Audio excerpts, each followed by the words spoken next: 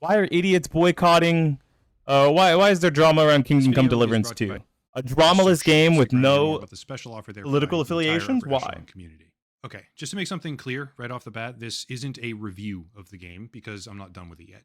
Later on, when I'm finished, I definitely will make a final review. But for right now, I want to talk about the controversy surrounding this game, if you can even call it that, because a lot of people are idiots, and I tried to stay quiet because telling the idiots that they are, in fact, idiots usually causes them to harass you. But considering the fact let that them the know. original Kingdom Come Deliverance game was a pretty big moment for my entire channel, I figured, what the hell, I might as well just do it. Damn. Here's the background. Kingdom Come Deliverance Made some big time views off Kingdom Come. Is an open world story driven RPG, which was almost universally praised when it first came out in 2018. I played it, I loved it, and I also got to see in real time how the game was attacked for somehow failing to conform in terms of modern expected narrative themes. As an example of that, we can look at Eurogamer, which essentially panned the game, saying, quote, "There's also a big problem. There are no people of color in the game," end quote. Oh no! Going on to individually target the... Okay, hold on. I just want to mention something. The reason why I'm making a joke about oh no is because there was a while where, silly me, I was part of the accidental DEI ploy. And it wasn't even for anything that bad. It was just like, hey, I kind of like the idea of having people of my color in a video game that I'm playing, especially when it comes to fighting games and playing a character that reminds me of me, right? I don't need to be a self-insert. I don't want it to be me, as long as it's a black male character. I'll even take a black female character if black male character is unapplicable, right? So I had this a YouTube video that did poorly because of what I talked about, where I said I didn't want to play Melty Blood type Lumina over playing Guilty Gear Strive because at least Guilty Gear Strive had Nagoriyuki, a black male character. He was really cool too. He's like a vampire samurai, basically based off Yasuke. Interesting character, way more interesting than Assassin's Creed Shadows. I got slammed for that. They were like, dude, this is like already media that exists. They're not just going to add a random black character just to appease you or just to appease like the DEI crowd. I didn't even understand what the fuck DEI was. Looking back, I was wrong. Like, if you don't like something, you don't need to try to change the media to get you additional things, right? Like, if Kingdom Come Deliverance isn't for me for the one reason that I can't be a black person, the game's not for me. Like, it's a small thing to add, but it also might take away from the original vision or narrative of the creators. Maybe for some reason, this world they decided to create, there's no monkeys. I mean, black people in it. That's just how it is, you know? Like, it's just part of the vision of the developers. And I don't think we should skew that with DEI narratives. It's not good. The game's creative director, Daniel Vavra, calling him a vocal supporter of Gamergate and doubling down on the idea that exclusion is a form of racism. Ergo, Kingdom Come Deliverance, by not having more black people, de facto makes the game racist. That is quite obviously on its face absurd, especially when you consider the fact that the setting for this game is the medieval kingdom of Bohemia, which was not a diverse place in any sense of the... I like that. I like that he brings up where it's supposed to be from, and he's like, hey, not a diverse place, by the way. It has nothing to do with the fact that... there's no people of color, right? They're not racist for that. They're looking at a certain area of the world where there's... That's like if they made a game in Africa. And then like a part of Africa where it's supposed to be like all about tribes, like the history where there was a lot more black people just roaming around doing, you know, indigenous people shit. If they randomly had a bunch of white people also acting like they did the same kind of indigenous thing in Africa at the time, it would look really fucking stupid, if I'm honest. Modern word. But the thing that I want to focus on is a top-down expectation of control.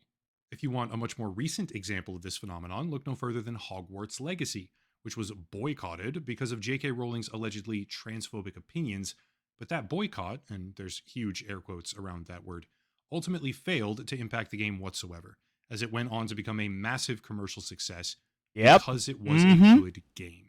See, that's really what people care about in this industry. Everyone's entitled to their own opinions, obviously, but what people truly want is a good, well-made, fun gameplay experience, and if they get one, they don't really care about the politics or the social issues. Take Baldur's Gate 3, for example. That game has a metric ton of what people refer to as woke narrative options, especially in the romance category. But the I think of another game like called Cyberpunk 2077. You can basically make your character whatever you want.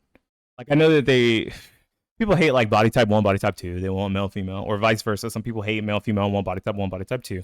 But like, body type doesn't even fucking matter in Cyberpunk. You can do whatever, bro. And then the romance options in Baldur's Gate were very, very liberal. Like you could guy, girl, they them on each other, guy, girl, like you normal. I can't say normal because what is normal anymore, really? Just you could have whatever romance options you wanted within the confines of the game that felt reasonable, right? Like, I mean, you can't romance a horse. I hope you can't. I wouldn't know. That is pretty liberal in the way that it's designed. And a lot of people would consider stuff like that very woke or very DEI driven, but people loved Baldur's Gate 3 because the narrative of the game and the gameplay of the game was good. They just wanted a good game first. Whatever other stuff was thrown in, as long as it was used as an afterthought and not kind of plastered on top as like kind of this thing that is being pushed in your face. As long as it wasn't done like that, people don't hate it usually. Depth of choice, the scale of the world, the amount of options that you have on what or when or why you do something is practically unparalleled in the entire gaming industry, which completely overrides any sort of outrage campaign. Because when you peel back all of the individual layers, what people really want, that is, the people that actually play the games, is just a good, well made, enjoyable experience. To be clear, I can fully understand why people get upset if it feels like a game was somehow sacrificing a piece of its core identity for the purpose of pushing social and political narratives. God knows, The Last of Us 2 is a brutal example of that, in my opinion. And I've made that argument myself in the past several times for different titles. But hopefully by the end of this video, I'll be able to showcase that this Kingdom Come Deliverance 2 really isn't one of those cases. Okay. Kingdom Come Deliverance, the original, despite being an undeniably successful product, was vocally criticized by a small group of people over its lack of in-game diversity.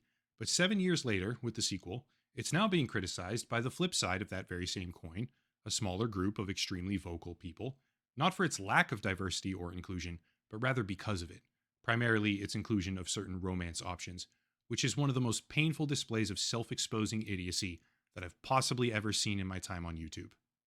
So lately, I've been trying to get creative with how I introduce video sponsors, but honestly, the most straightforward way to do it is to say that the video is brought to you by Surfshark, which is a VPN. I don't skip service. ads. Sorry, y'all. If you want a VPN, we don't have a skip big sponsorship discount for the community spots. while also supporting the channel.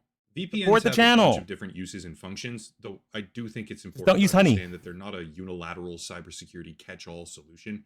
They have a lot of benefits, but if you go to a bunch of sketchy websites and download a bunch of sketchy files without thinking, you're still going to be at risk while doing that.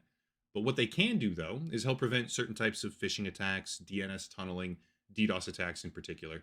And they also help prevent some of the data tracking / harvesting practices by big tech companies, which are basically an omnipresent standard now. For people that care more about entertainment, Surfshark unlocks additional content on streaming websites, a bunch of them, by changing your geographic region. I've never actually thought to do that. Like, I know that that's pretty common and it's a normal reason to have a VPN, but I've never done it. For example, a government, and it helps protect your IP address with encryption, modification, and more. I say this every time, but Surfshark operates completely separate infrastructure from NordVPN, and Surfshark also maintains a warrant canary. Most people don't know or care what that is, but they have it. If you click the link down below, surfshark.com/echelon, you can get 4 extra months for free with a special pricing offer. Again, link down below, surfshark.com/echelon, for an extra 4 months of the service for free with a special offer. Big thank you to Surfshark for sponsoring the channel. So what are people mad about? Well, there's a few things, but mostly people are angry that the game contains a romance option where Henry, the main character that you play, can sleep with Hans, his friend. On a personal note, I think Hans is just a completely obnoxious character. In my playthrough, I'm insulting him and calling him Isn't that normal? Can't you sleep with the male characters in Fable? Fable 1, you could, like, marry dudes, right? I'm almost certain in Fable 1, which is very old, as a male character, because there was no female option in Fable 1, I think Fable 2 had a female character option. In Fable 1, you could marry a dude. You could marry multiple dudes. You could get married in multiple cities. As long as it was in multiple cities, you could have multiple husbands or wives. You could have a husband and a wife in different cities. I don't see how that's weird, but I guess I digress. Go on. Pretentious or insignificant is a specific one that comes to mind every single chance I get. Obviously, I'll never experience the romance dialogue because I deliberately tank my reputation with him. That's so funny. Even if you tried to find this dialogue on purpose, it's one scene in a game that has like over 100 hours of content. Damn. The thing is, people really care about this, and the rumors about this game being woke have been circulating since well before it ever released. Here's some slop article right here about how the game is Reportedly banned in Saudi Arabia due to immoral scenes. That's probably the gay stuff, right? And I mean that literally. Like the gay stuff would be what got it banned in Saudi Arabia. Okay, sure. reportedly banned in Saudi Arabia, which says, quote, it seems like the highly anticipated title is promoting an agenda via unskippable cutscenes, which has caused Saudi Arabia to ban it in the country, end quote. But if you have any understanding of this franchise whatsoever, you would know that zero cutscenes in either product, the first or the second one, are unskippable. Not to mention the fact that the game has not actually been banned in Saudi Arabia. Oh wow, Still, they just truth made be shit up. damned, now that the game is finally released, you have people like this guy. They just made shit up. Gamers, our boycott against Kingdom Come Deliverance 2 is working. Huge victory. The game is already trending down a mere 7 hours after launch. What do you mean? That's trending down? Let's go look at the Steam charts right now. Hold on. That seems like some pretty good numbers for a single player game. You know, where's Microsoft Edge? Steam charts, Kingdom Come Deliverance. Ooh.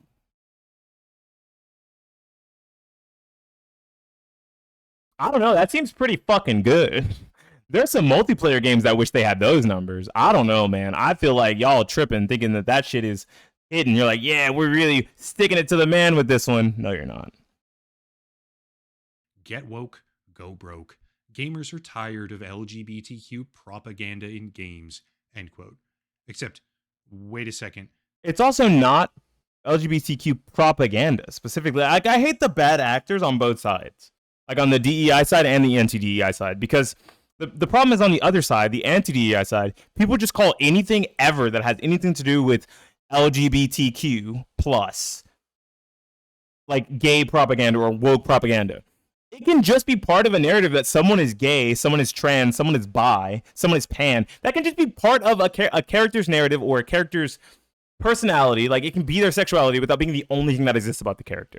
And that wouldn't make it like gay narrative, right? Let's reel it back. Let's take it back to like 2015, 2014. Mortal Kombat, I think it was 2015. Mortal Kombat X was a brand new game at the time.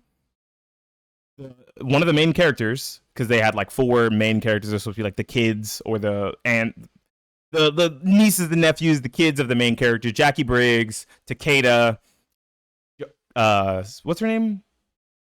Cassie Cage? Yeah, Johnny Cage's daughter, and Kung Jin, who's supposed to be like one of the cousins of Liu Kang and Kung Lao. Kung Jin is gay, and he's not accepted into the White Lotus Society because of it. But he goes his own way, he continues to train, he continues to become a good martial artist, and then he gets put into the Special Forces group with the other combat kids, and his friends accept him for who he is, and he doesn't make it a huge part of his personality. He's not walking around on the screen every 2 seconds, by the way, I'm gay, by the way, I'm gay. He's not doing that. It's like one little after scene with Raiden about why he didn't get into the White Lotus Society and why he doesn't feel accepted. But his friends accepted him eventually. His friends accepted him, not his family, which is really fucked up and unfortunate. But it was a part of the narrative and a part of his character without being overbearing and propaganda like. You can have one without the other. And saying that any amount of anything that's anti woke or woke is a narrative choice that's propaganda is like being a bad actor. It's a bad faith argument. Because he took the snapshot when people were going to bed, which is a cycle that you can see borne out on every single game on all of Steam. Since that day, the game has reached progressively new. Yeah, look at that. That's way higher. Every single. The one I just looked at was higher as well. So far, peaking at almost 250,000 at one time. In the first 24 hours, the game sold over 1 million copies, which is twice as many in half the time compared to the original, by the way. And when you contrast that with its development budget, which was something like $40 million for the sequel, the game is already earning tens of millions in profit very easily. You might be thinking, well, that guy was probably joking because no one is that stupid. You'd be wrong, because he doubled down the next day saying, quote, guess what? Kingdom Come 2 is trending downwards again, LOL. I don't think this game is turning a profit. He doubled down? Soon. Get woke, go broke, 100% non-binary as like a little stupid joke, end quote. Once again, you're probably thinking no one on planet Earth is that fucking stupid, but you'd be wrong, because this guy contributes to a publication. I don't know if I should call it a publication. That sounds way too legitimate for them. But he contributes to a thing which writes articles like this. Kingdom Come Deliverance 2 features graphic depiction of child that right there. What? There's no way. Which is quite shocking, to be honest. Not This true? article was followed up with a statement Please say that it's not reads, true. quote, watching the entire anti-woke movement rally in unison This can't be against the real, right? horrible woke fest that is Kingdom Come Deliverance 2 is a beautiful sight to behold, end quote. Strong stuff, man. Very, very compelling. What is that? Can't be real, right? Okay. I want to see where he debunks it. Well, the Fandom Pulse Substack, which is what he contributes to, is run by this guy who claims to be a #1 best-selling author by standing for Christian values. And it Oh turns out he's Lord. got a massive thread about how the game is an insult to Christians and gamers. Okay. What's more, this entire narrative about the game being woke is propped up and perpetuated by other influencers as well as YouTubers, like this dumbass, who has an entire video on Endymion? how Oh, Warhorse I see. Studios, which was acquired in Oh. 2019 by THQ Nordic, which is itself a subsidiary of Embracer Group, was commanded to put the woke agendas in their game. No joke, because a random guy on Twitter posted an extremely obvious and sarcastic troll tweet. Even better, Yo, these let's three go. When the trolls win? cheers doubled and tripled down on the idea that Hans, who the character can romance for a skippable cutscene, is 15 because a codex entry says underage in it and gives a historically accurate description of who he was in the real world. Just one issue with that part. The entire game is It's motion fiction? captured by actors who are like 30 plus years old because the video game adaptation has aged them up deliberately like 15 years. And Okay. these characters, Henry as well as Hans, So if Henry is 15 in the real world or whatever at the time, he's technically like 30. Okay, sure. have been sleeping around in bathhouses and romancing love interests since the start of the very first game. You actually get a massive buff to your character by sleeping with people. And that's been true. And they were supposed to be younger in the first game. Why didn't we cry about that in the first game? Also, back then, that was probably really normal, right? I'm not saying it's normal now for like 15-year-olds and 14-year-olds to be having sex and having families or being husbands or wives, but that was extremely normal back then. Like, life was so much shorter. So if you were a girl and you weren't married by, I don't know, like 17, you might die before you have kids. You got to get started early. True this entire time. Notice how the outrage is only focused on the fact that Henry sleeps with Hans. With a guy, the yeah. supposed I see. underage That's nature of that relationship, and not the bazillions of women that Hans slept with across the franchise so far. that's On weird. top of that, since we're apparently using the Codex as our immutable truth doctrine, and thus using it to say that the game is showing illegal material, which they've directly claimed. I love Another that. one of the game's Illegal characters, material, by Sir the way. Markvart, according to this codex, died in 1402, which is a year before the game supposedly takes place, and he's in the game. Obviously, this means that codex entries can't be taken at face value because the development team have indisputably deviated from them in both a literal and creative sense. There's this bizarre and spreading narrative right now that Kingdom Come Deliverance is a Christian game betraying the gamers. But that's like saying that a rock song which talks about Christianity is a Christian rock song. Christian rock, by the way, is its own genre, obviously. And just because a song decided to talk about a Christian setting or Christian themes or Christianity in general, it doesn't turn the final product into a whole new genre. Remember that earlier example, Hogwarts Legacy. Yeah. In Hogwarts Legacy, a group of, I'm trying to not be overly insulting right now, a group of extremely dishonest people who really had no actual interest in the game itself attempted to boycott the product because they didn't like some sort of Is it not weird to boycott something when you have no interest in it at all? Just an afterthought. Or, yeah, I guess that's an afterthought. Like, is it not weird to boycott something when you're not going to play it or care about it anyway? That's weird, isn't it? Like, it's just like a waste of time and resources. Like, you could be doing something. You could be hyping up and like buffing up things that you care about and like, instead of trying to tear down things you don't give a shit about. That's so weird. Perceived social slight against them, and they failed completely because the game was good. With Kingdom Come Deliverance 2, a group of extremely dishonest people are attempting to boycott the product because they don't like some sort of perceived slight against their worldview, in this case, a gay romance scene, and they're failing. Remember how everyone laughed at the idiots who were angry over Hogwarts Legacy? Yes. I mean, like, we all Yeah. laughed at them, okay? Yeah, that's you. That's the people boycotting Kingdom Come Deliverance. That is you. We're laughing at you, just like we laughed at them. You are idiots like they are idiots, okay? Don't be an idiot. At the end of the No, day, it's I the wanna exact be same basic stupid. phenomenon, just new flavors. You can decide for yourself whether or not it's better or worse, but let's not pretend it's wildly different. Two groups of people, for different reasons, decided that a video game should conform to their worldview. To make that happen, they're inventing things and stretching the truth, trying to bludgeon those around them socially into conforming. And I'm not sure about all of you, but I'm kind of a contrarian, obviously. So when someone starts using deceptive tactics to make me do or think whatever they want, I don't respond very well to it. Yeah, I don't Doesn't like that matter if either. it's a puritanical movement that doesn't want games to feature any of the choices. Even if I agree with what they're talking about, if they're trying their best to skew a narrative to make me believe that thing, even if I would naturally believe it, because you're not, you're not making me wanna believe you, dude. Like you're not making me want to believe you. That they disagree with, or if it's some sort of diversity quota that seems hell bent on supplanting existing narratives to push their ideology, which is also bad. Because for me, both of these groups are equally frustrating when they gain power and do this dumb shit to the games that I like. A lot has changed in the past few years, and now it's a little bit surreal watching the anti-woke types suddenly start doing and saying all these things that are so closely echoing what their woke enemies did before them. Hopefully, we can all get a little bit more self awareness from this, because doing all the things that you used to cry out against is probably not the solution. Bottom line, Kingdom Come Deliverance 2 has nothing to do with woke ideology. I've played it for like 40 or so hours so far, encountered Wait, yeah, maybe he's woke and he's trying to convince us that there's no woke ideology because he's trying to indoctrinate us. He wants us to be gay.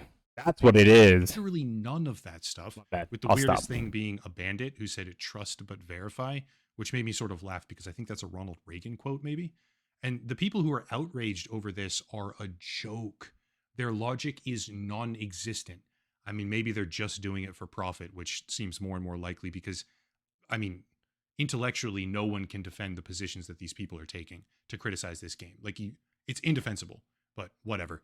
They're just a new, morally self-obsessed version of the same problem that video games have been grappling with for so many years, which is people that don't even play the games trying to dictate what's in those games. That's what I'm saying. Like, if you're not going to play it, why do you care? It doesn't make any sense to me. It doesn't, like, if the game had naturally appealed to you before the idea of the wokeism and DEI, and then you saw that and it made you not want to like it or vibe with it, very different. But if you're like not at all a Harry Potter fan, why the fuck are you worried about the way J.K. Rowling views women / not women, right? Why does that matter? If you are not a fan of this style of RPGs, like the Kingdom Come series, why does it matter that you can romance one dude?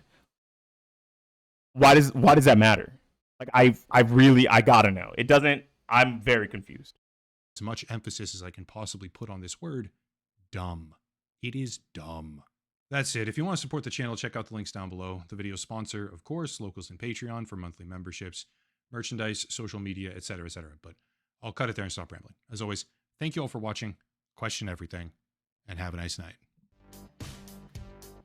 That was a good video. I love his motto of question everything, because even if you want to agree with someone, their motives behind what they're telling you or why they're telling you it could be awful, could be terrible for truth, right? Even if it's an ideology you can get behind, that doesn't mean that the way that they got to that that outcome or conclusion makes sense logically or for non-biased reasons.